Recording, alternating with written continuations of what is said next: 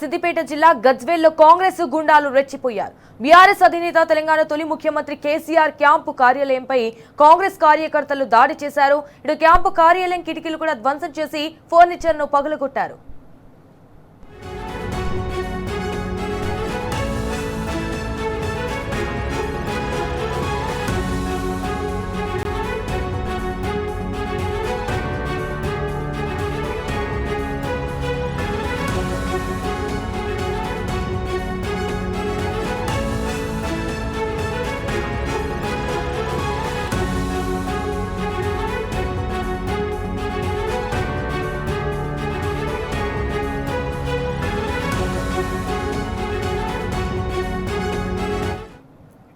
Right ఇక ఇది విషయానికి సంబంధించి మరిన్ని డీటెయిల్స్ మా ప్రతినిధి రంగాచారి ఫోన్ ఇన్ ద్వారా అందిస్తారు.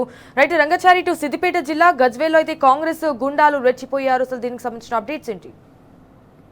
సంజన, ముఖ్యంగా కాంగ్రెస్ పార్టీ నాయకులకు సంబంధించి వాళ్ళ అధికార మదము అహంకారము తలకెక్కినటువంటి పరిస్థితి కనిపిస్తుంది. వాళ్ళు పిచ్చిలేసినట్టుగా వ్యవహరిస్తున్న పరిస్థితి కూడా చాలా ప్రాంతాల్లో కనిపిస్తుంది. నిన్న మొన్న సిద్దిపేటలో ఇదే పద్ధతిలో వ్యవహరించినటువంటి కాంగ్రెస్ పార్టీ గుండాలు ఈ రోజు ఏకంగా మాజీ ముఖ్యమంత్రి అట్లాగే బీఆర్ఎస్ అధినేతకు సంబంధించిన స్థానిక ఎమ్మెల్యేగా గజ్వేల్ ఎమ్మెల్యేగా ఉన్నటువంటి కేసీఆర్ గారి క్యాంపు కార్యాలయంపై కాంగ్రెస్ పార్టీకి సంబంధించిన గూండాలు ఆకస్మికంగా దాడి చేసి ఆ కార్యాలయంలో ఉన్నటువంటి ఫర్నిచర్ ని కూడా ధ్వంసం చేసి కిటికీలను ధ్వంసం చేసి వాళ్ళు నానా యాగి సృష్టించినటువంటి పరిస్థితి ఈ రోజు కనిపించింది. దాదాపుగా 50 నుంచి 100 మంది కార్యకర్తలంతా కాంగ్రెస్ పార్టీకి సంబంధించిన గుండాలంతా కూడా ఒక చోట జమై ఒక్కసారిగా ఈ క్యాంపు కార్యాలయంపై వాళ్ళు దాడికి ఉపక్రమించారు. అంటే వాళ్ళు ప్రధానంగా దీంట్లో సీఎం రేవంత్ రెడ్డి ఫోటో పెట్టాలని ఒక సాకుగా వాళ్ళు తీసుకుని వెళ్లి అక్కడ పూర్తిగా క్యాంపు కార్యాలయంపై దాడి చేసినటువంటి పరిస్థితి ఈ రోజు కనిపించింది.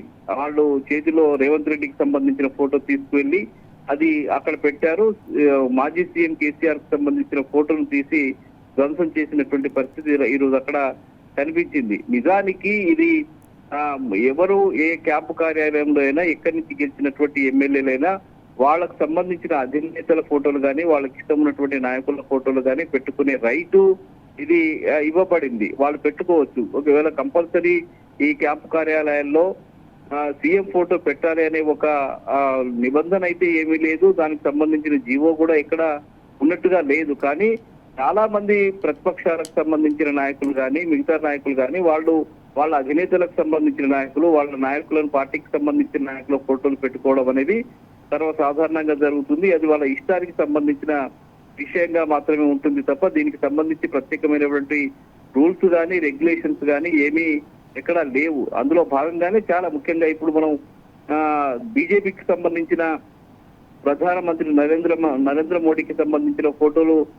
ప్రభుత్వ రాష్ట్రంలోని అధికారికంగా ఉన్నటువంటి ఏ కార్యాలయాల్లో కనిపిస్తావు. వాళ్ళు నిర్వహిస్తున్నటువంటి అనేక ప్రభుత్వ అధికారిక కార్యక్రమాల్లో కానీ నరేంద్ర మోడీకి సంబంధించిన ఫోటోలు కానీ వేసినటువంటి పరిస్థితి మాత్రం ఎక్కడ ఉండదు. అంటే వాళ్ళు కాంగ్రెస్ పార్టీకి సంబంధించిన ఒక ప్రభుత్వ అధికారంలో ఉంది కాబట్టి వాళ్ళు ముఖ్యమంత్రి ఫోటోలు వేసుకొని వాళ్ళు చేస్తూ ఉంటారు. అలాగే ముఖ్యమంత్రికి సంబంధించిన క్యాంపు కార్యాలయంలో నరేంద్ర మోడీ ఫోటో కూడా ఉండదు. ఆయన దేశ ప్రధాని కాబట్టి నరేంద్ర మోడీ ఫోటో పెట్టాలని ఎక్కడ ఏమీ రూల్ లేదు. వాళ్ళ ఇష్ట ప్రకారం వాళ్ళ అధికారంలో కాంగ్రెస్ పార్టీ ఉంది కాబట్టి ఆయన సీఎం కాబట్టి కాంగ్రెస్ పార్టీకి సంబంధించిన వాళ్ళు కాబట్టి అది వాళ్ళ ఫోటో పెట్టుకోవడం అనేది ఒక సర్వసాధారణంగా అది అంతటా జరుగుతూ ఉన్నది.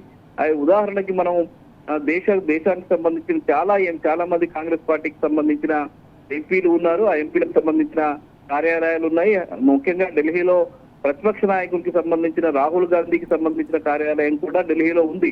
అయితే ఆ కార్యాలయం ఎక్కడ ఆయన నరేంద్ర మోడీ ఫోటో పెట్టుకో దేశ ప్రధాని కాబట్టి నరేంద్ర మోడీ ఫోటో పెట్టాలి. సోనియా గాంధీ కార్యాలయంలో ఇంట్లో ఆ క్యాంపు కార్యాలయంలో నరేంద్ర మోడీ ఫోటో పెట్టాలని చెప్పి ఎప్పుడు గొడవలు జరగలేదు. ఎట్లాంటి జరగవు కూడా. ఎందుకంటే ఆ పార్టీకి సంబంధించిన అధినేతలది వాళ్ళ ఇష్టమైనటువంటి నాయకుల ఫోటోలు పెట్టుకోవడము లేకపోతే అంబేద్కర్ లాంటి వాళ్ళ ఫోటోలు పెట్టుకోవడం ఇష్టమైన దేశ నాయకుల ఫోటోలు పెట్టుకోవడం అనేది సర్వసాధారణంగా జరుగుతుంది. వాళ్ళకి ఇష్టమైనటువంటి ప్రక్రియ అది. కానీ కాంగ్రెస్ పార్టీ ఇప్పుడు 2.5 సంవత్సరాల క్రితం అధికారంలోకి వచ్చిన తర్వాత పూర్తిగా ఒక రాజ్యాంగ విలువలకు కానీ హక్కులకు కానీ పూర్తిగా గౌరవం ఇవ్వకుండా ఇష్టారీతిగా వ్యవహరిస్తున్నటువంటి పరిస్థితి.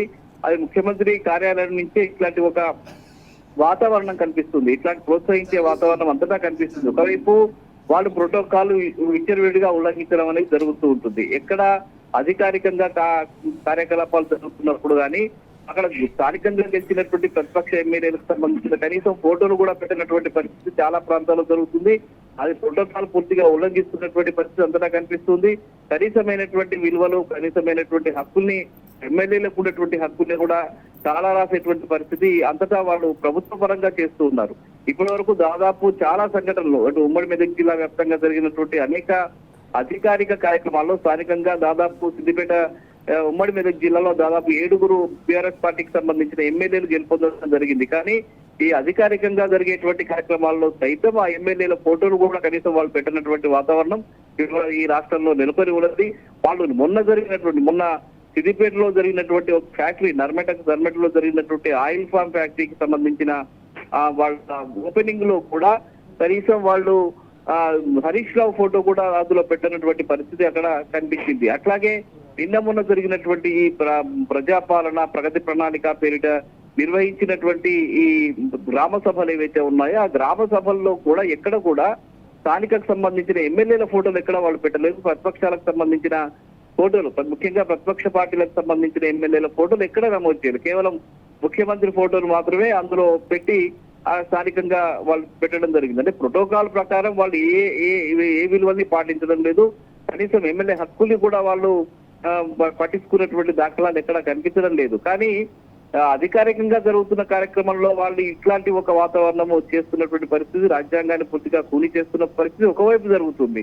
మరోవైపు ఎలాంటి రాజ్యాంగపరమైన కానీ దీనికి సంబంధించిన కానీ ఏ లేకపోయినప్పటికీ కూడా తన క్యాంపు కార్యాలయంలో ప్రతిపక్ష ఎమ్మెల్యేలు గెలిచినప్పుడు తమ క్యాంపు కార్యాలయంలో తమకు ఇష్టమైన నాయకుల్ని ఫోటోలు పెట్టుకునేటువంటి అవకాశం ఉన్నప్పటికీ కూడా దౌర్జన్యంగా ఈ కాంగ్రెస్ పార్టీ నాయకులు, కార్యకర్తలు ఈ ఎమ్మెల్యే క్యాంపు కార్యాలయాలకు దౌర్జన్యంగా వెళ్లి గొడవలు చేయడము, ఫర్నిచర్ ని ధ్వంసం చేయడము, కిటికీలు ధ్వంసం చేయడము, ఇవన్నీ కూడా పూర్తిగా వాళ్ళ అధికారం మా చేతుల్లో ఉంది, మేము ఏమైనా చేస్తాము, మేము దాడులు చేస్తాము, ఏ కార్యాలయాలైనా ధ్వంసం చేస్తాము, మా ఇష్టారీతిలో మేము వ్యవహరిస్తాము, మమ్మల్ని ఏం చేస్తారని చెప్పే పద్ధతిలో వ్యవహరిస్తున్న పరిస్థితి. మరీ ముఖ్యంగా ఇంత జరుగుతున్నా కూడా ముఖ్యంగా పోలీసు యంత్రాంగం పూర్తిగా నిమ్మకు నీరెత్తినట్టుగా వ్యవహరిస్తున్న పరిస్థితి కనిపిస్తుంది. అక్కడికి వచ్చిన పోలీసులు కూడా ఎవరో 2-3 పోలీసులు మాత్రం అక్కడికి వచ్చి ఏదో నిలువరించడానికి చేసిన ప్రయత్నం చేసింది తప్ప ఆ జరుగుతున్న తతంగాన్ని కనీసం అడ్డుకోవడానికి ఎక్కడ ప్రయత్నం చేసినటువంటి పరిస్థితి కనిపించడం లేదు. అంటే పోలీసులు కూడా ఒక రకంగా కాంగ్రెస్ పార్టీ కల్లువా కప్పుకున్నారనే ఒక అనుమానం వ్యక్తమవుతున్న పరిస్థితి కనిపిస్తుంది. మొన్న 2 రోజుల క్రితం సిద్దిపేట హరీష్ రావు క్యాంపు కార్యాలయంలో కూడా మేము సీఎం రేవంత్ రెడ్డికి సంబంధించిన ఫ్లెక్సీ పెడతామని చెప్పి కొంతమంది అలజడి సృష్టించడం జరిగింది. వాళ్ళు ఇక్కడికి వచ్చి మేము సవాల్ విసిరిండ్రు. ముఖ్యంగా మధ్యాహ్నమే ఒక ప్రెస్ మీట్ పెట్టి మేము క్యాంపు కార్యాలయానికి వచ్చి మేము ఫోటో పెడతామని చెప్పి గొడవ చేసినటువంటి పరిస్థితి ఉంది. అట్లాంటి సవాల్ చేసిన వ్యక్తుల మీద కూడా కనీసం పోలీసులు చర్యలు అంటే అధికారికి వాళ్ళు ప్రెస్ మీట్లు పెట్టి మేము అక్కడికి వెళ్తాము, దౌర్జన్యం చేస్తాము, దాడులు చేస్తామని చెప్తున్నా కూడా పోలీసులు వాళ్ళ మీద కనీసమైనటువంటి చట్టపరమైనటువంటి చర్యలు తీసుకునే దాఖలాలు ఎక్కడ కనిపించడం లేదు. కానీ ఇట్లా వాళ్ళు కాంగ్రెస్ కార్యకర్తలు మూగుమ్మటిగా ఒక మాపుగా 100 మంది వచ్చి అక్కడ దాడి చేస్తున్నా కూడా పోలీసులు ఎక్కడా వాళ్ళని నిర్వహించడానికి ప్రయత్నం చేసిన పరిస్థితి అయితే కనిపించలేదు. అంటే వాళ్ళ ఇంటెలిజెన్స్ వ్యవస్థ ఏం చేస్తుంది, కాంగ్రెస్ పార్టీకి సంబంధించి ఒక 100 మంది ఒక నాయకులు వాళ్ళు వచ్చి అక్కడ వాళ్ళు దాడికి ఉపక్రమించి దౌర్జన్యం చేసి ఫర్నిచర్ ధ్వంసం చేసి ఇవన్నీ చేస్తున్నా కూడా వీళ్ళ పోలీసు యంత్రాంగంలో ఉండేటువంటి ఇంటెలిజెన్స్ వ్యవస్థ ఏం చేస్తున్నది, వాళ్ళ పోలీసుల శాఖకు వాళ్ళు ఏం సమాచారం ఇస్తూ ఉన్నారు, ఒకవేళ సమాచారం ఇస్తే వీళ్ళు ఎందుకు ఇంత నిమ్మకు వీరెత్తినట్టుగా వ్యవహరిస్తూ ఉన్నారు, పోలీసులే స్వయంగా వాళ్ళకి ప్రోత్సహించి పంపిస్తున్నారనే అనుమానాలు కూడా వ్యక్తమవుతున్న పరిస్థితి కనిపిస్తుంది. మొత్తానికి ఈ జరిగిన సంఘటన ఏదైతుందో దీన్ని మాత్రం బీఆర్ఎస్ పార్టీ నాయకులు తీవ్రంగా ఖండిస్తున్నటువంటి పరిస్థితి. అక్కడ క్యాంపు కార్యాలయం అది, అందులో ఎక్కువ మంది ఎవరు ఉంటారు, కేవలం దాంట్లో అందులో పనిచేసేటువంటి వ్యక్తులు ఉంటారు. వాళ్ళ మీద కూడా దౌర్జన్యం చేసి వాళ్ళను కూడా తోసుకుంటూ వెళ్ళి వాళ్ళను కూడా పక్కకు చేసి దాడి చేసినంత పని చేసి వాళ్ళను పక్కకు నెట్టేసి వాళ్ళ మీద దాడి చేసి లోపలికి వెళ్ళి వీళ్ళు ఈ దౌర్జన్యంగా ఆ ఫోటో ఒకటి తీసేసి స్థానికంగా ఉండేటువంటి ఎమ్మెల్యే ఆయనే, అధికారికంగా ఆయన కార్యాలయం అది, ఆ కార్యాలయంలో ఎమ్మెల్యే ఫోటో ఉంటుంది, అట్లాగే తనకు ఇష్టమైనటువంటి నాయకుల ఫోటోలు ఉంటుంది. ఆ ఫోటోలను ధ్వంసం చేయడము, ఆయన ఒక మాజీ ముఖ్యమంత్రి, ముఖ్యంగా ఆయన ఏమీ ఆషామాషి మనిషి కాదు. కేసీఆర్ అంటే ఒక ఏదో ఆషామాషి వ్యక్తి కాదు, ఆషామాషి కాదు, చాలా దాదాపు 10 సంవత్సరాల పాటు తెలంగాణ రాష్ట్రానికి ముఖ్యమంత్రిగా ఉన్నటువంటి వ్యక్తి కనీసమైనటువంటి గౌరవం లేకుండా, కనీసమైనటువంటి మర్యాద లేకుండా ఆయన పట్ల, అంటే ఆయన ఫోటో పట్ల వాళ్ళు వ్యవహరించిన తీరు పట్ల కూడా తీవ్రమైనటువంటి వ్యతిరేకత వ్యక్తమవుతుంది. గజ్వేల్ ఓకే రంగాచారి, 1 మినిట్ మీరు హోల్డ్ లో ఉండండి. ఇప్పుడు బీఆర్ఎస్ నేత కరుణాకర్ రెడ్డి గారు అయితే మనకు ఫోన్ ఇన్ లో ఆయన స్పందన ఒకసారి తెలుసుకుందాం. ఓకే కరుణాకర్ రెడ్డి గారు, మరి చెప్పండి, దీన్ని ఎలా చూడాలి, అసలు ఈ అటాక్ ని ఎలా చూడాలి? మేడం నమస్తే. మేడం నమస్తే అండి. ఈ రోజు గజ్వేల్లో జరిగినటువంటి దాడి వారి అహంకారానికి ప్రతిష్ట మేడం. ఎటువంటి అంటే ప్రజలకు నిన్న మొన్న జరుగుతున్నటువంటి గ్రామ సభలలో వ్యతిరేకత తట్టుకోలే విషయాన్ని డైవర్ట్ చేయడానికి ఈ రోజు స్థానిక గజ్వేల్ నియోజకవర్గంలో ఉన్నటువంటి కేసీఆర్ గారి క్యాంపు కార్యాలయంలో దాడి చేస్తే మీడియా అంత అటెన్షన్ ఇక్కడ చూపెట్టి గ్రామ సభలో జరిగినటువంటి నిరసనలు తప్పించుకోవడానికి వాళ్ళు చేసినట్టు ఎత్తుకడలో భాగమే తప్ప వాళ్ళు ఇక్కడ చేసింది ఏం లేదు. అయినా ఈ రోజు దాడికి నేతృత్వం వహించినటువంటి ఆంక్షారెడ్డి గారి నేపథ్యము, వారి తండ్రి నేపథ్యమే క్రిమినల్ నేపథ్యం. మొన్న కేసీఆర్ గారి సభ రోజు కూడా కేసీఆర్ గారి ఎక్కడ క్యాంప్ ఆఫీసర్ కేసీఆర్ గారి నివాసం వద్ద కూడా గలాటా సృష్టించాలని వాళ్ళు ఏదో మీడియాలో కనబడి వారి రేవంత్ రెడ్డి గారు మెప్పు పొందాలని తప్ప వాళ్ళకి ఇక్కడ స్థానిక ప్రజలకు ఎటువంటి ఏమి చేయాలని కోరిక లేదు. వాళ్ళు ఓన్లీ హెడ్డింగ్లలో ఉండి వాళ్ళకి అధినాయకత్వం మెప్పు పొందాలని చూస్తున్నారు. మేము కూడా కేసీఆర్ గారి మాట ప్రకారం ఇన్ని రోజులు ఓపికతో ఉన్నాం. ఇక నుంచి మా కార్యకర్తలు మొన్న కూడా వాళ్ళు మున్సిపల్లో కూడా చావు దెబ్బతిన్నారు. అయినా వారికి ఇంకా బుద్ధి వస్తలేదు. మేము కూడా ఈ రోజు మా కార్యకర్తలందరం ఒకటే ఇప్పుడు క్యాంప్ ఆఫీస్ కు బయలుదేరుతున్నాం. బయలుదేరిన తర్వాత మా స్థానిక ఇన్ఛార్జి గారు వీరందరం మాట్లాడుకొని ఏ విధంగా చర్యలు తీసుకోవాలని ఆలోచిస్తున్నాం. ఎందుకంటే ప్రజలు నిన్న జరిగినటువంటి ప్రతి గ్రామ సభలో వారికి చీత్కారాలు తప్ప ఎక్కడ కూడా వాళ్ళకు మద్దతు రాలేదు. అందుకనే ఆ విషయాల్ని మీడియాలో పక్కకు జరపడానికి ఈ రోజు ఈ హెడ్డింగ్ లో ఉండడానికి చేశారు తప్ప వాళ్ళకు ప్రజలపై ఎటువంటి మమకారం అంటున్నాం మేడం.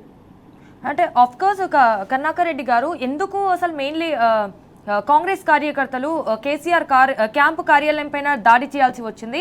వాట్ ఎవర్ ఏదైనా కావచ్చు, కానీ దీన్ని అసలు ఏ విధంగా చూడాలి? టార్గెట్ అని చూడాలా ప్యూరిఫైయింగ్ గా? అవును మేడం, వాళ్ళకి వేరే ఏం లేదు మేడం. ఖాళీ వాళ్ళు ఏమంటున్నారు, క్యాంపు కార్యాలయం అంటే మేమేమంటున్నాము వ్యక్తిగత నివాసంలో ఎవరైనా ఉండొచ్చు, ఎవరి ఫోటోలైనా పెట్టుకోవచ్చు. అది వారి యొక్క స్థానిక ఎమ్మెల్యే గారి ఇష్టము, మాజీ ముఖ్యమంత్రి గారి ఇష్టం.